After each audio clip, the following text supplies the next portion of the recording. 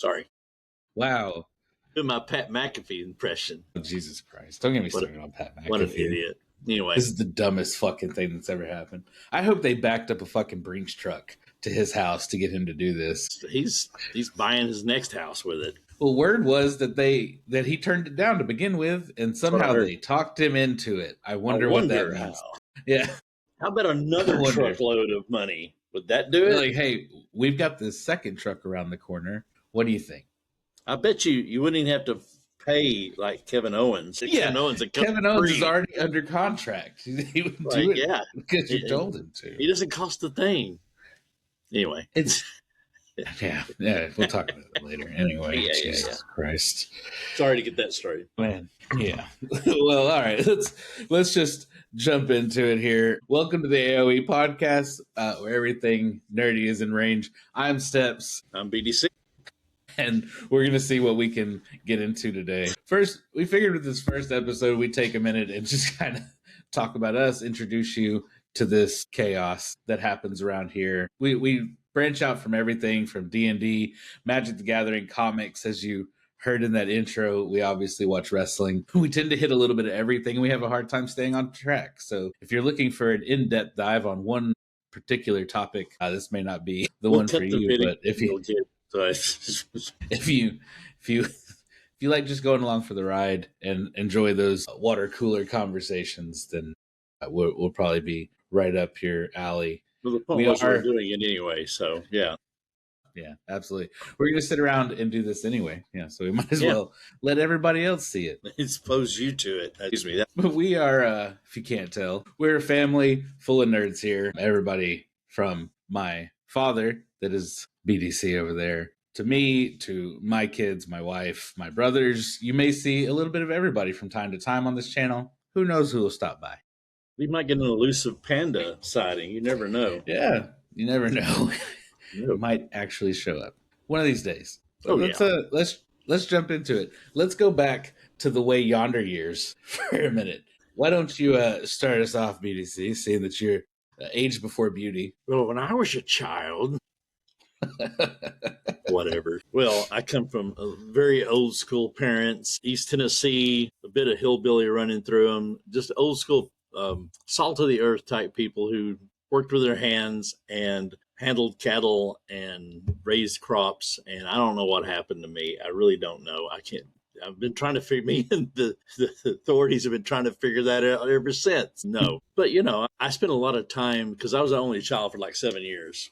So I spent a lot of my formative years playing just alone, usually. And so I had to entertain myself. Even when I was playing outside, it was like, there weren't a lot of people around. Of course, down the way, I got involved with kids from the neighborhood and whatnot, but it didn't stop me from developing my own imagination, my own little world. And I got my own TV in my own room, and that was dangerous. Yeah. I mean, that was something. Was it in color?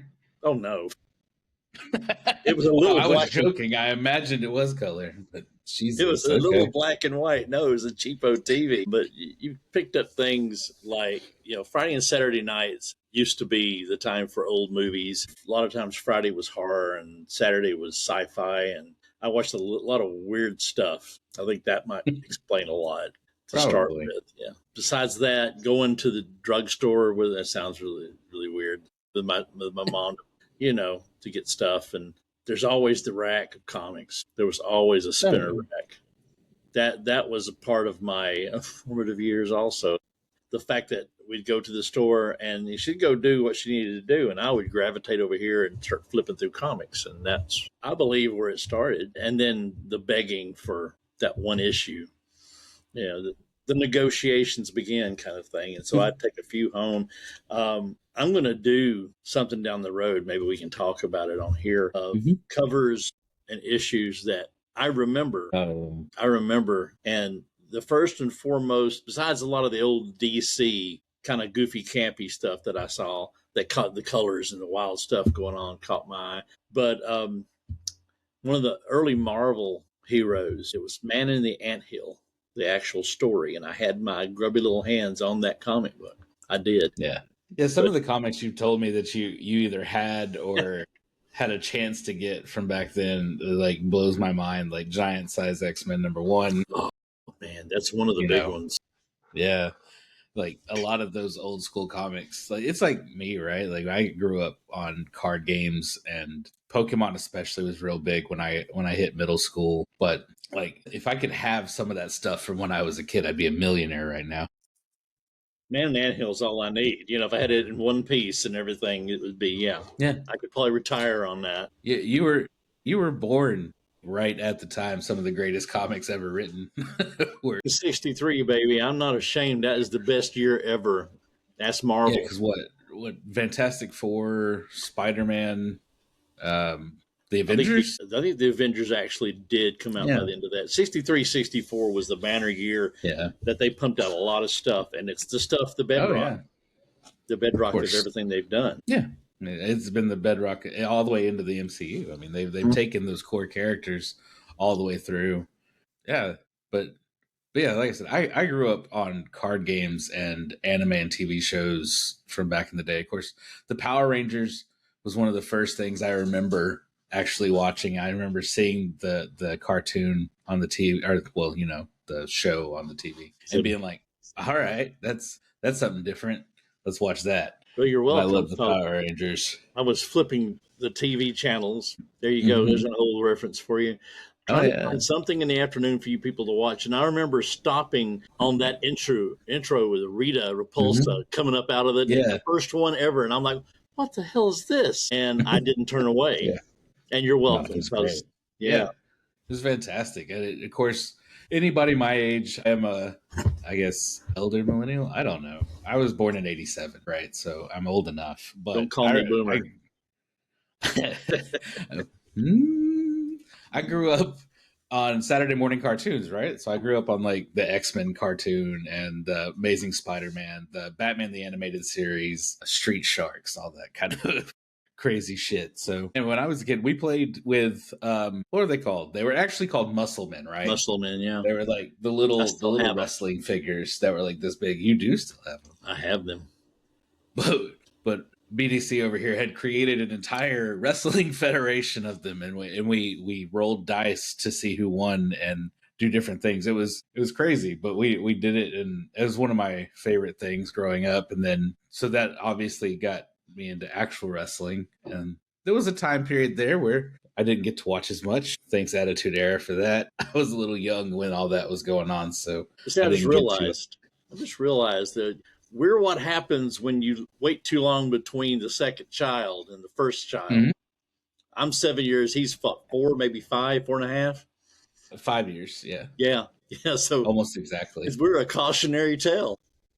Yeah, yeah, it's definitely different because I look at my kids. My kids were born a year apart, right? Yep. So they're pretty much the same. They grew up doing all their stuff Mm-hmm. together, where you were having to find ways to keep us entertained because by the time my middle brother was about that age. I mean, I was already 10, 11. I was aged out of the kid stuff, so now it's Yeah. finding kid stuff for him. And It was hard. you've said it many times before. You had like 4 childhoods.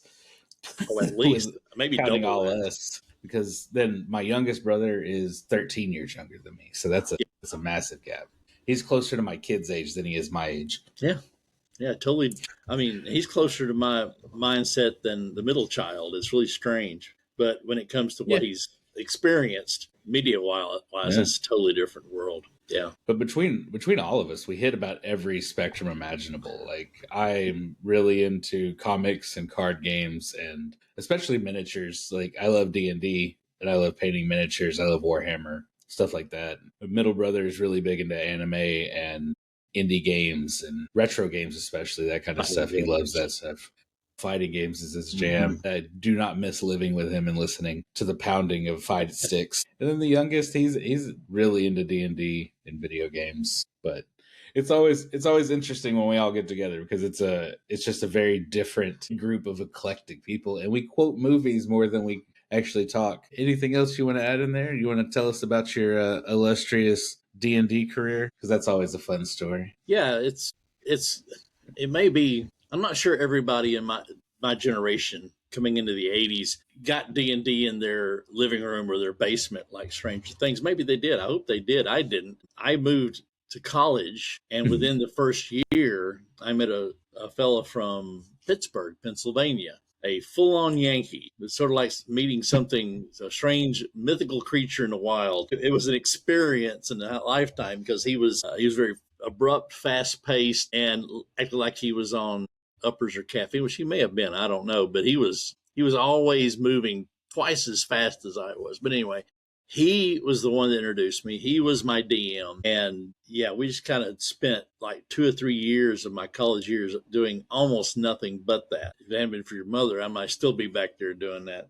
But anyway, I'm not saying that's a good or bad thing. It's probably a good thing because sooner or later we had to leave college, I guess.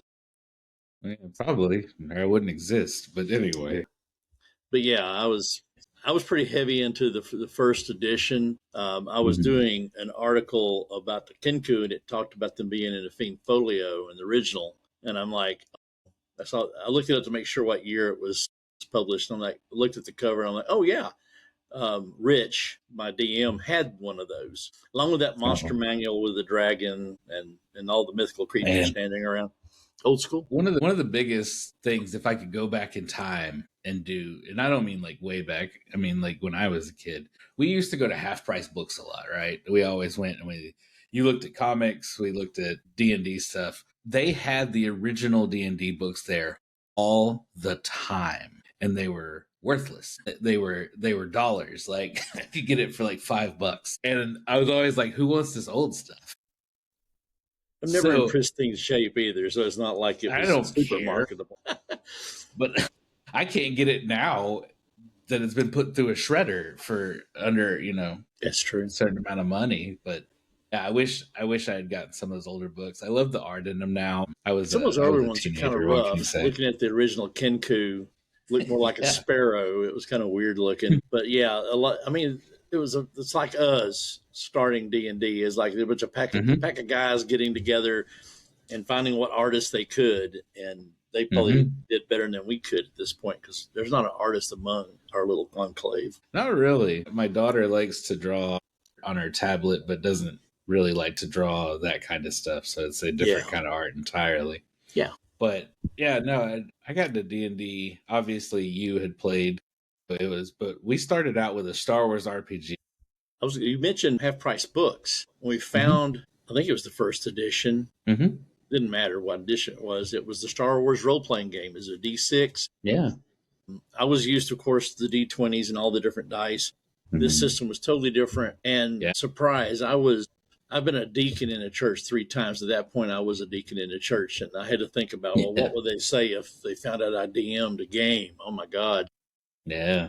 I'm at the age I don't care anymore. But we picked that book up. Yeah. We picked that book up because I'm like, oh, let's see what it's about. And it's like, we all love Star Wars. Star Wars was getting the prequels at that point, and it was starting to become big. I think the first prequel was already out. So you and a pack of your friends were on the wagon, on the bandwagon already. It's like, sure. And most of them didn't play more than 2 games, but we had a good time with it. So yeah, we played for a long time with that. What was it? West Coast Games did that, didn't they? Yes. I've got the 5th year edition. Yeah. Or is it 30? But anyway, I've got that in the room because when they came 25. Out of that, I was like, oh, I've got 25, something like that. Yes. Yeah. I was like, I've got to have that. So I bought that because it was the first role-playing game that I ever really played after Many Moons. Because, man, we were young when we played that. We were in what? Middle school? Yeah, we were in like 6th grade. And I think about the time we got to high school was when we started transitioning over to D&D. Yeah, we played in 3.5 for a long time on the lovely world of Faerun. That's when we started playing, is when they came out with the Forgotten Realms stuff for 3.5. Or was it? It may have just been 3rd edition at that point. I can't remember. It was all during that time, 3rd edition. Yeah. Loved, was it Dungeon Magazine? Used to get that all the time. Loved that.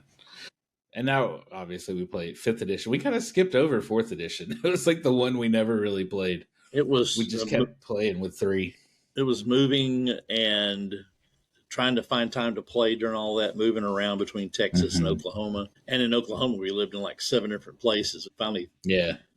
kind of settled down here, I guess. But yeah, no, it's D&D is definitely like a integral part of my my life. I've been playing, like I said, I've been playing role playing games since I was in middle school.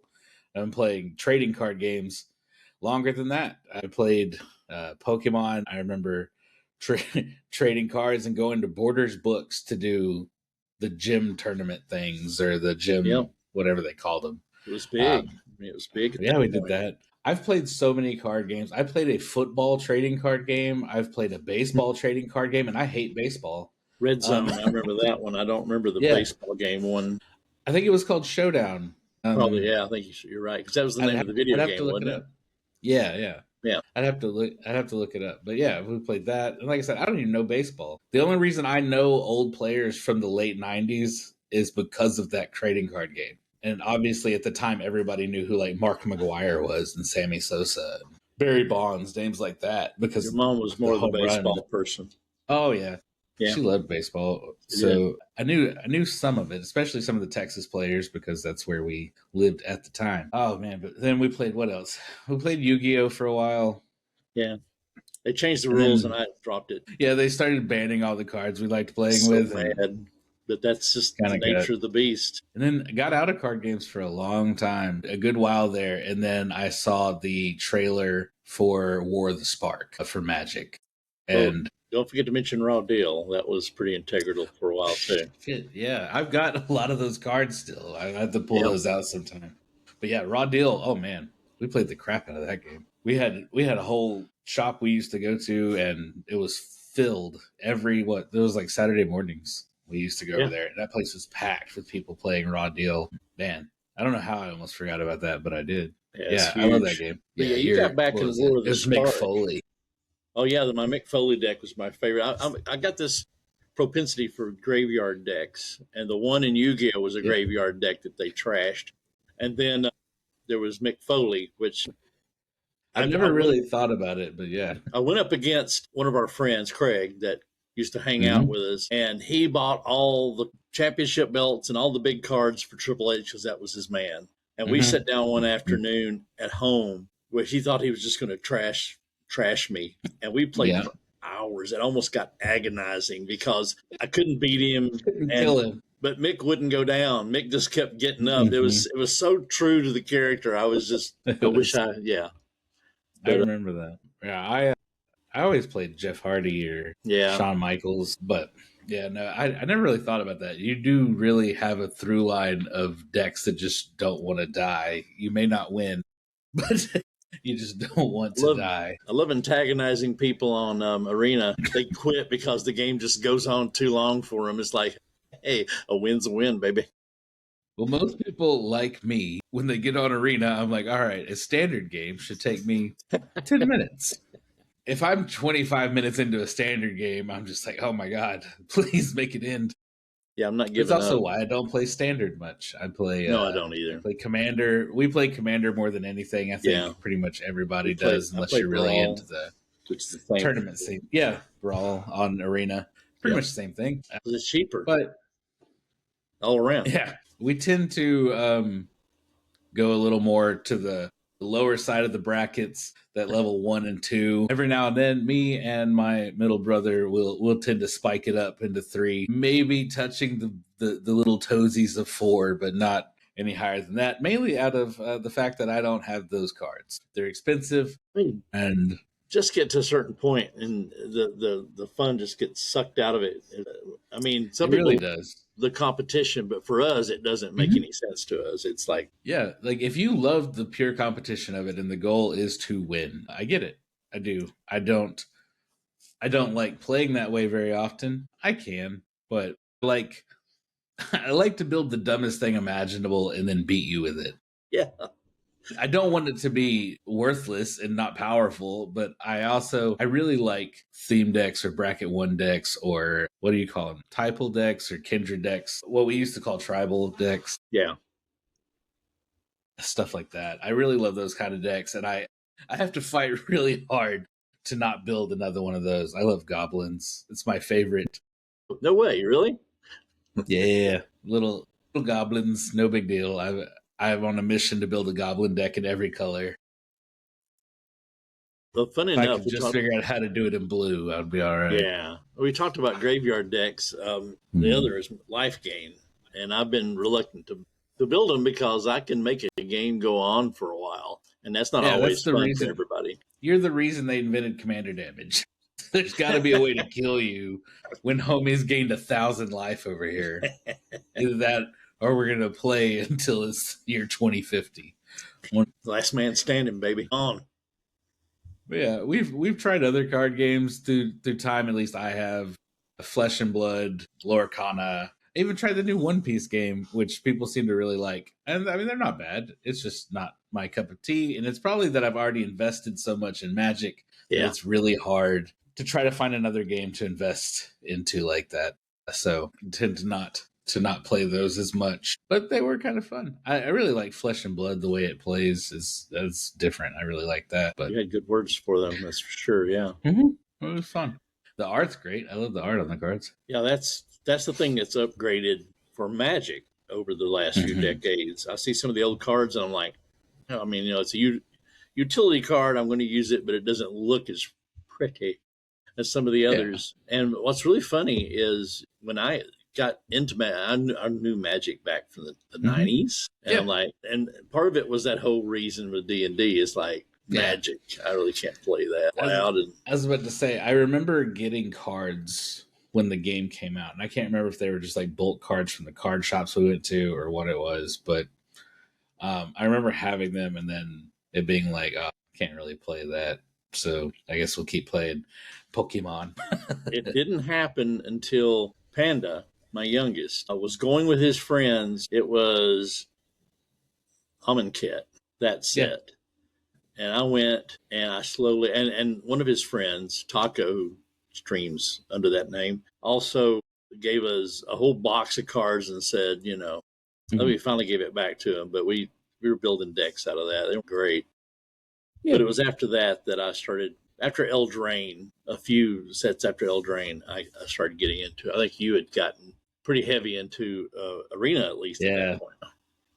Eldraine was the first pre-release I went to once I was back in. With War of the Spark and stuff, I bought a box and I started watching the Command Zone on YouTube a lot and just digging into how to play Commander because it seemed so interesting to me. It seemed easier than getting, a 4-card set of every card I needed and stuff like that. But only needing one was a big draw. But yeah, no, I love card games, man.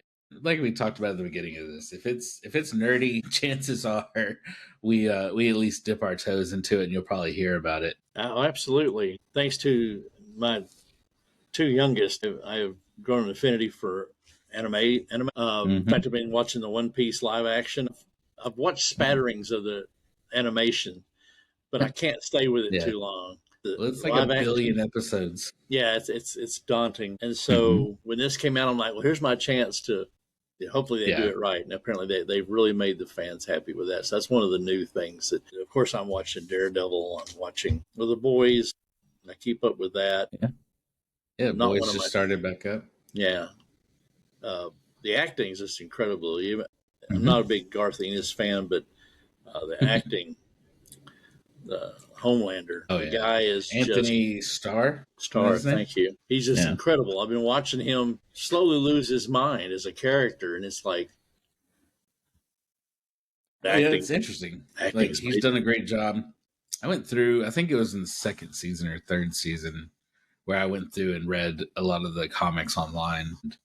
If it ends up in the same way that the comics end, it's going to be a masterpiece. Because Starr, I think, can pull that off. I think it's going to be a great. Him and Carl Urban have just absolutely. Don't take anything away from Urban, man. Those two, they've done great. Held that whole show up. And what's his name? Dewey. His dad's famous. Yeah. Yeah. Now I'm drawing a blank. I know the guy, and I know his parents. I know his parents. Anyway. Quaid. His mom's Meg Ryan. Yeah. Quaid. Meg Ryan, Dennis Quaid's kid, which means he's the prettiest actor, and yet a little petite guy. Yeah. What's funny is if you read the comics, he looks like Aaron Paul from Breaking Bad, Yeah, but somehow they got Huey. but he's great. No, I won't take anything away from him either. He's No, very good. he's done great. He's done great in the show. Emotional range is crazy. Yeah, yeah. Sorry, I'm looking up. Yeah, That's I was just okay. making sure. For some reason I said Anthony Starr, and I was like, yeah, that's not right. And then No, I you're looked it right. up. I am right. That's his Have name. you seen him in Cowboy? I have not. I You have need to not. see that because he's not. Of Is course, it he's doing something different. He's playing a parent, sure? and that unnerving, unsettling feeling you get around him in Homelander is still there, but it's different. It's not, of course, the same Yeah. character. Poor guy's probably gonna be typecast into psychos the rest of his career, but Oh, he does it so well.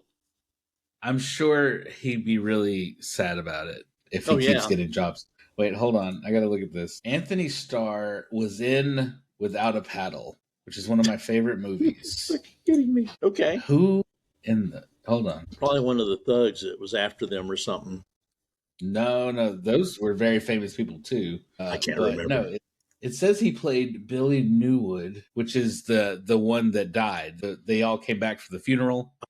That was Billy's funeral. So I'm trying to figure out if he played the really young version or like the teenage adult version. Yeah, oh my god, it is him. He plays the teenage version that goes off on the trip in the station wagon and they never see him again. Wow. Okay. Yeah, I Crazy. had no idea that was him.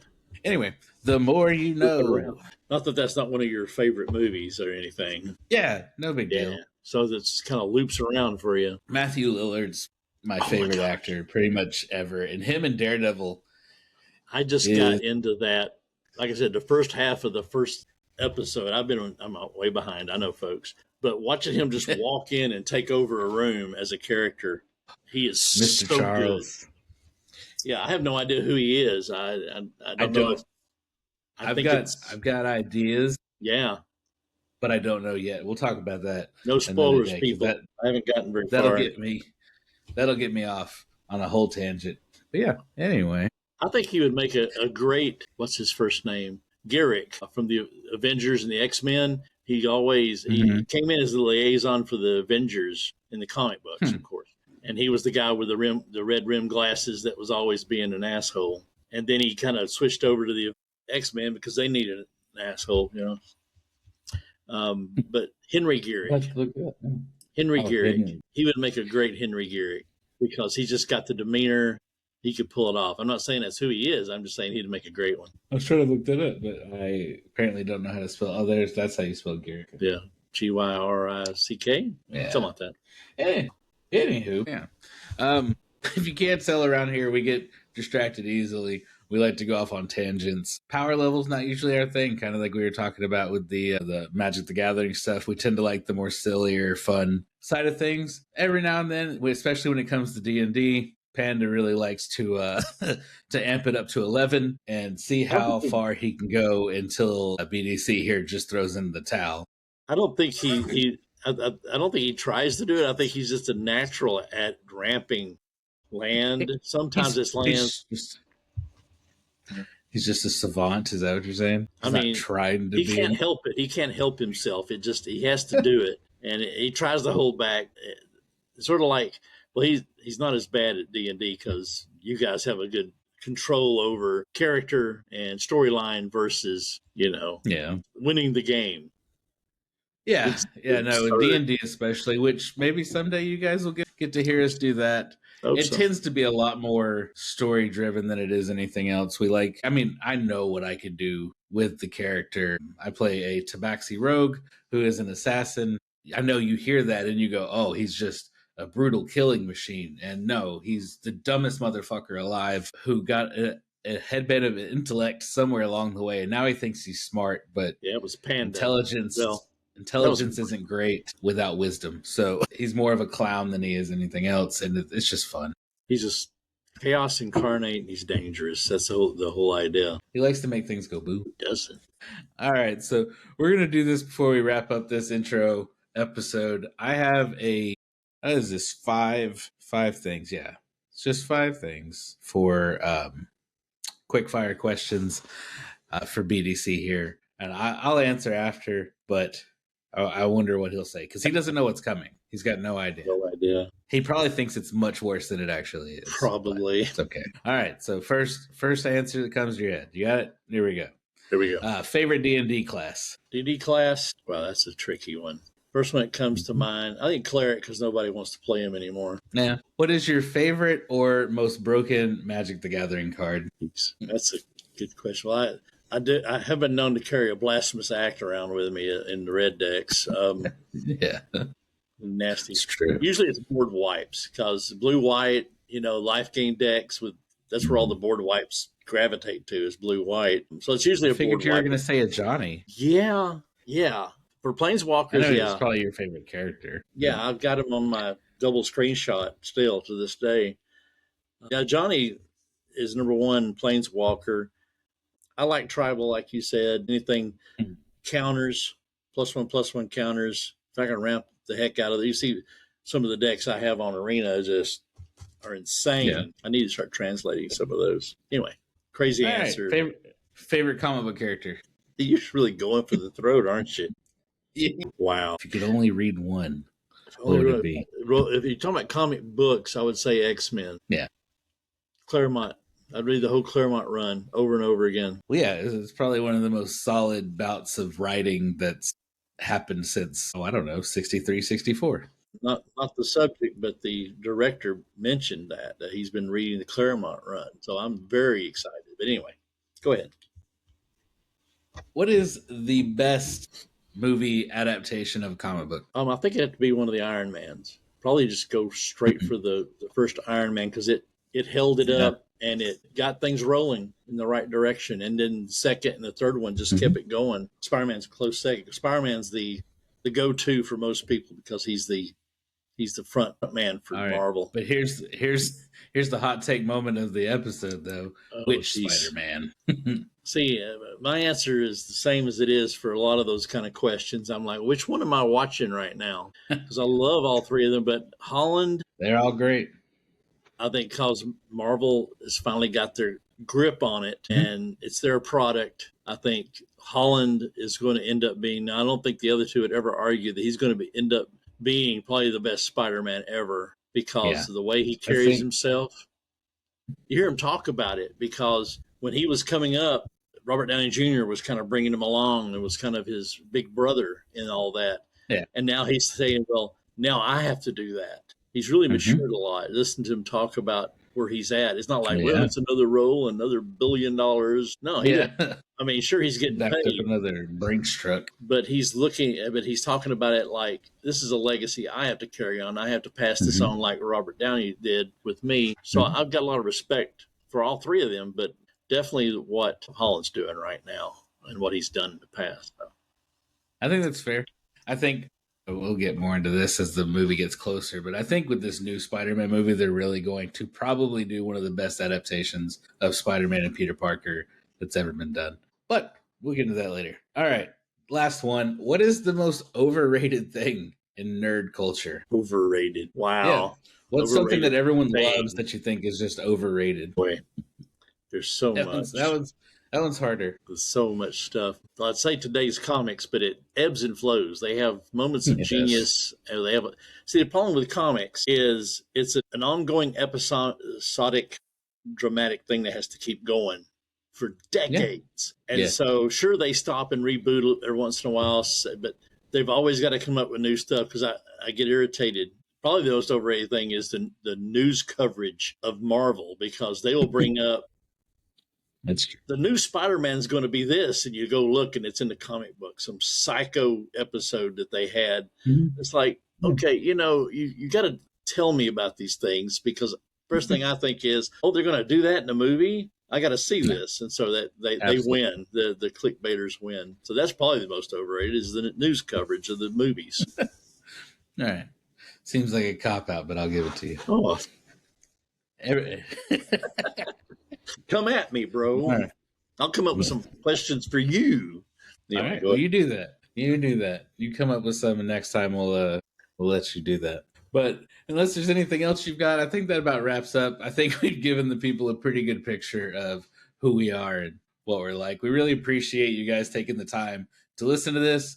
And if you stick with us, we really appreciate it and can't wait to talk with you about so many different topics and all the things in nerd culture. And if we decide it's not for you, no hard feelings. And maybe you'll check us out again down the way. Anything else you got to say, BDC? Yeah, it doesn't matter. We're going to do it anyway. Yeah, We hope you like it, but this is just us being us and having fun. So if you're having fun, let us know. If there's a subject you want us to talk about, let us know. Yeah. Your comments are always welcome because, hey, we're all in this together. Love us or hate us, let me know in the comments. I don't care.